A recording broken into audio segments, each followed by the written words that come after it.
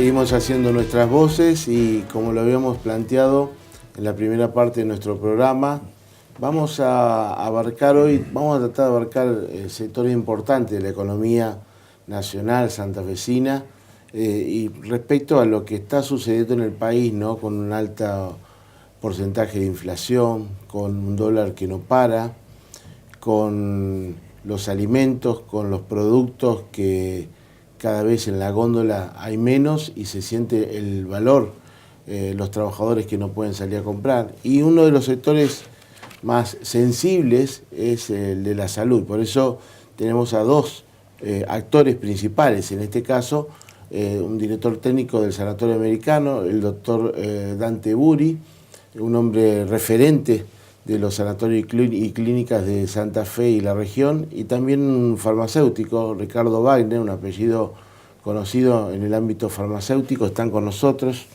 Gracias a los dos por estar en este programa y hablar un poquito de esta situación que me imagino debe ser compleja, doctor, para todos ustedes.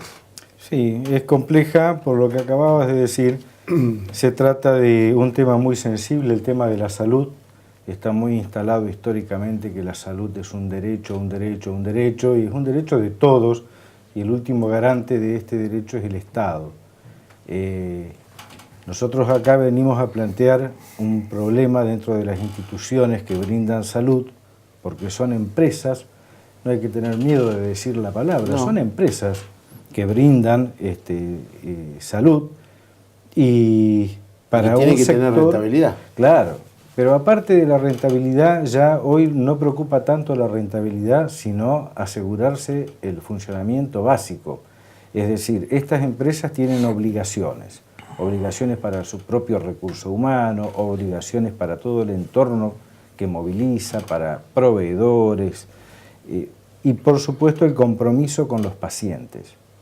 Y esta situación se genera porque con tanta inestabilidad y no saber a dónde estamos parados, muchas veces se toman decisiones políticas sin consultar ni consensuar con todos los actores. Los actores son obviamente las empresas de salud, los pacientes. Y cuando uno habla de pacientes y habla de un sector de la población que es muy, muy vulnerable, como nuestros queridos viejos, nuestros mayores, que son una población que son altísimamente demandante, justamente por eso mismo, porque son mayores. Claro. Nosotros decimos siempre, nuestros abuelos andan muy bien hasta el día que les pasa algo o se enferman, y obviamente la recuperación no es la misma que la de un joven, y la demanda que tienen cada vez que consultan no es la misma que la de una persona joven. Ahora, se firman acuerdos allá cuando comienza el año con los sectores de salud, entre el Estado, las obras sociales, ustedes, y después se va violentando esos contratos que se realizan, de hecho, entre ustedes y los perjudicados, no solamente ustedes, sino, como lo decía usted, doctor, los pacientes, la gente mayor, ¿no? Seguramente, es decir, cuando se pacta una modalidad de trabajo y a uno le dicen, bueno, a ver, ustedes nos brindan salud, nosotros tenemos cierto capital de pacientes y ustedes lo van a atender. Teníamos una modalidad, por ejemplo, de trabajo en la que uno atendía a esos pacientes y de acuerdo a la cantidad de prestaciones había una remuneración, un reembolso por esa prestación. De repente se cambia unilateralmente la modalidad de trabajo y te pasan a decir, bueno, ahora esto que veníamos trabajando de esta manera se va a cambiar, te voy a dar un fijo y arréglense, hagan lo que puedan. Sin consultar y sin ver las realidades de cada una de las instituciones, de cada una de las regiones del país. Entonces eso nos genera serios inconvenientes. Claro. El principal inconveniente, o sea, lo vemos desde los dos lados, desde el lado de la empresa de salud, del lado del prestador, de los médicos, el personal de salud, en que empiezan a ver a los pacientes con un nombre en particular. En este caso empiezan a decir, sí, tenemos un PAMI, porque nos genera inconvenientes, porque las reglas del juego no están claras, y para nosotros el paciente es un paciente. Por supuesto. Uno tendría que poder brindarle la misma atención, sin ningún temor, a todo tipo de pacientes, pero pasan estas cosas, te cambian las reglas del juego y simplemente te informan. Y te dicen, tenemos problemas, el país está en problema, el Estado está en problema, así que no vamos a trabajar más así, de ahora en adelante vamos a trabajar de otra manera. A eso nos referimos cuando no se consensúa, cuando no nos llaman a todos los actores. Ricardo Wagner, farmacéutico, un apellido tradicional en el comercio de los medicamentos. ¿Cómo influye esto también en ustedes? Bueno, fundamentalmente hay hoy una inestabilidad en la provisión, en la reprovisión de los medicamentos que se van vendiendo. Hay un problema, todas las droguerías de la zona han tomado como una alerta y han puesto las disponibilidades de medicamentos en una reaprovisionamiento condicional. ¿Qué significa esto? Que si yo vendo 2 amoxicilinas, es muy probable que me repongan una. El sistema de precios, la actualización de precios en el sistema de farmacias hoy en el país es casi automática, digamos. El Estado actualiza o dispone la actualización de una lista y automáticamente droguerías y farmacias están en línea con el nuevo precio. Pero ¿Y en base a qué el Estado coloca un nuevo precio? ¿En base a qué ítem? Considerando que... A ítems... ¿Es unilateral también eso? No, los laboratorios, la industria solicita y el Estado aprueba por la Secretaría de Comercio las distintas listas. Una vez que está aprobada es automática la disponibilidad del precio en todo el país.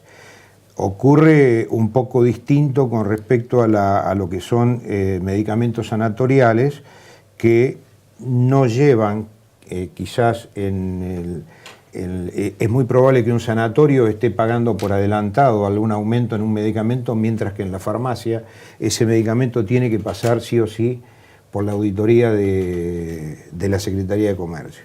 De todas maneras, el problema es muy grave. Hoy PAMI, haciendo alusión a lo que decía el doctor recién, está pagando con precios en lo que es la atención por farmacia, con precios que están a mayo, abril del año pasado. No. Esa diferencia, hay una promesa de pago a los 6 meses o a los 4 meses, hay una promesa de pago de reintegro a la farmacia por esa diferencia en el precio real. Así que si un medicamento hoy vale 15 pesos y el precio es mayo 10, esos 5 pesos hay una promesa de repago. Entre 4 o 6 meses. Que eso históricamente a veces ha pasado a bonos y nunca se cobraron. Toda una ecuación económica que además de vender medicamentos, de comprar medicamentos en los laboratorios, tienen que pensar en el tema económico-financiero. Seguro que no lo pensás en el momento de la dispensa, aunque hoy estamos viendo algunas recetas que están girando, están pasando de farmacia en farmacia a ver quién la atiende, fundamentalmente las PAMI.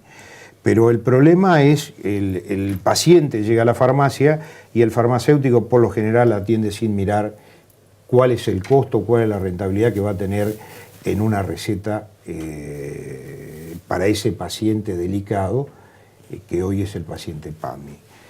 Pero en el resto de las obras sociales hoy no se está notando un gran atraso en el sistema de pago, cosa que se va a empezar a notar a muy corto plazo, porque todo el ingreso de la seguridad social está basada en contribuciones y aportes que se hacen a través de los sueldos. Cuando los sueldos empiezan a quedarse con respecto a la inflación, la recaudación del sistema de seguridad social sigue siendo el fijado al año pasado o el 15% de aumento que autorizó el gobierno en los distintos convenios de trabajo. Eso va a empezar a causar problemas muy graves a muy corto plazo. Doctor Buri, también influye, ustedes trabajan mucho también con estas obras sociales, ¿no? El PAMI, ¿cómo influye en el trato diario, ¿no? Porque las exigencias son muchas. Sí, por lo que decíamos recién, el tipo de pacientes que atendemos son altísimamente demandantes, pero no porque un paciente que tenga una determinada cantidad de años ya de por sí sea enfermo. Es decir, no buscamos enfermos, es es el paso del tiempo que nos afecta a todos, es decir, todos vamos a llegar a esa situación. Entonces es un paciente que cuando consulta generalmente o lo traen o consulta por alguna patología y en el medio de todo eso se descubren que tienen varias patologías más para atenderse. Entonces se hace un paciente que es complejo y el recurso que consume es mucho, recurso humano, profesional y demás.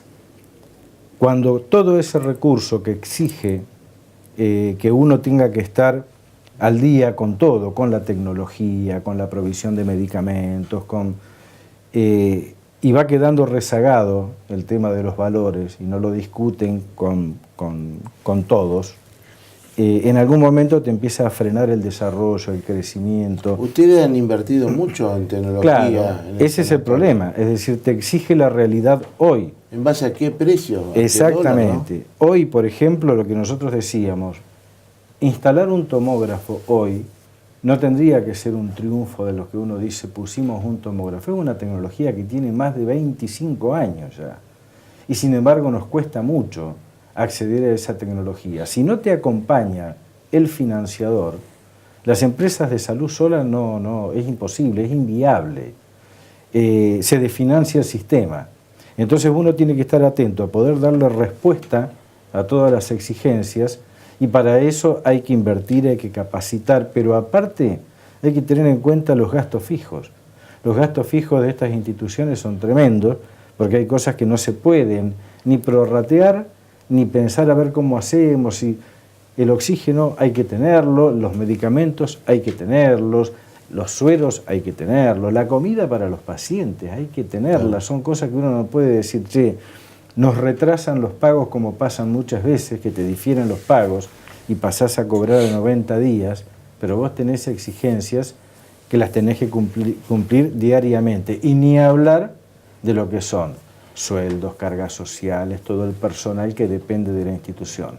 Entonces eso es lo que tiene, es que están solicitando también, y con mucho tino, una reactualización los trabajadores, ¿no? Por claro. Este desfasaje con la inflación. Sí, pero el trabajador, o los gremios, las estructuras que los representan, no te vienen a preguntar cómo te han actualizado a vos los precios y los costos, si te ha variado mucho o no. Ellos vienen y te dicen, che, el costo de vida está en el 30, en el 40 y en lo que sea, y a vos, algunas empresas de estas, los financiadores, te proponen aumentos con un 4% dentro de 3 meses, un 9% dentro de otros 3 meses, y vos vas a pasar a cobrar el año que viene recién, pero vos tenés que hacerle frente a las exigencias del personal en forma inmediata. Claro. No le podés traspasar eso. Escuchaba a la diputada Carrió hace algunas horas y decía que el gobierno nacional, o por lo menos un sector del gobierno nacional, tiene una pelea muy fuerte con los laboratorios, con las droguerías, por los elevados precios que ponen en el mercado, y el gobierno pelea con esto. ¿Esto es así? ¿Se nota o no? La verdad que no hay, hubo un freno. Convengamos una cosa, sin entrar en polémicas políticas de gobiernos anteriores, pero hasta el año 2015 el aumento del medicamento orilló un 10 o un 8% anual, casi constante. Es decir, no hubo más de un 10, un 8%, 12% claro, en todo un año en ese periodo. A partir de ahí hubo un incremento monstruoso en el valor del medicamento que pasó a 150, 180% en muchísimos casos, y esto está ponderado. El medicamento a veces le dan un aumento de un 10% y ese 10% lo aplican en 9 puntos en el producto que más se mueve, 15 puntos y en 1 punto en el producto que no se mueve. Entonces hay una ponderación que lo hacen a favor del laboratorio. El producto de mayor rentabilidad es el que más aumenta. Y esos son los productos que más utilizan nuestros enfermos. Claro. Los productos que siguen estando en el listado y que tienen un aumento ínfimo son los productos que han salido del consumo diario y no tienen rotación. Ahora, yo no veo que haya una pelea, más aún. hubo hasta el día domingo, dentro del Gabinete Nacional, Mario Quintana, propietario de Pharmacity, queriendo quedarse con todo el negocio de PAMI en todo el país. Yo no digo que esto vaya a sacar esa pelea del gabinete, pero dentro del Gabinete Nacional estuvo la repartija del PAMI. Nosotros no tenemos el problema que tienen las clínicas y sanatorios, que están basadas en una tarifa por cada prestación. En el caso del farmacéutico, está pendiente de la variación del precio del producto. Lo que pasa es que ese precio del producto también pone al alcance o saca del alcance de la población según el valor que ha ido. Entonces, si un medicamento pasa a valer 1.500 pesos, sale de la posibilidad de compra de muchísima gente, con la cual quedan fuera del mercado de consumo. La gente que tiene esa idea, ¿no? Los viejitos, como decimos nosotros, como decía el doctor, que necesita comprar por una enfermedad, por una dolencia, determinado medicamento. Hoy, con la situación que está viviendo, atravesando el país, trata de evitar ese gasto, es decir, este menos lo compro porque no puedo, o lo voy a comprar el mes que viene, está bien que es recetado, pero se nota menos consumo de la persona que pasa por la farmacia. Sí, hay un menor consumo. Hay gente que sale del mercado de consumo del medicamento. Una persona que cobra un salario mínimo, un jubilado que cobra un salario mínimo, indudablemente que sale del mercado de consumo. Hay productos que uno podría decir voy a sustituir este antihipertensivo de un alto valor por un enalapril que tiene un valor ínfimo. Pero posiblemente ese enalapril no le mantenga la presión en un valor necesario y termine haciendo un ataque hipertensivo con riesgo de vida del paciente. Seguramente que es así. O le provoque tos y lo tenga que dejar de tomar. Exacto. Nos ha pasado. Sí, Sí, porque es un efecto que se da en un alto porcentaje de pacientes y, como dice el farmacéutico, tiene un costo ínfimo comparado con otras drogas. Pero viene el paciente y te dice, no lo tolero, no paro de toser. Y la alternativa muchas veces es mucho más costosa. Y te dicen, no lo puedo comprar. Y es verdad. Lo que pasa es que también nosotros perdimos una alternativa que tuvimos durante muchos años.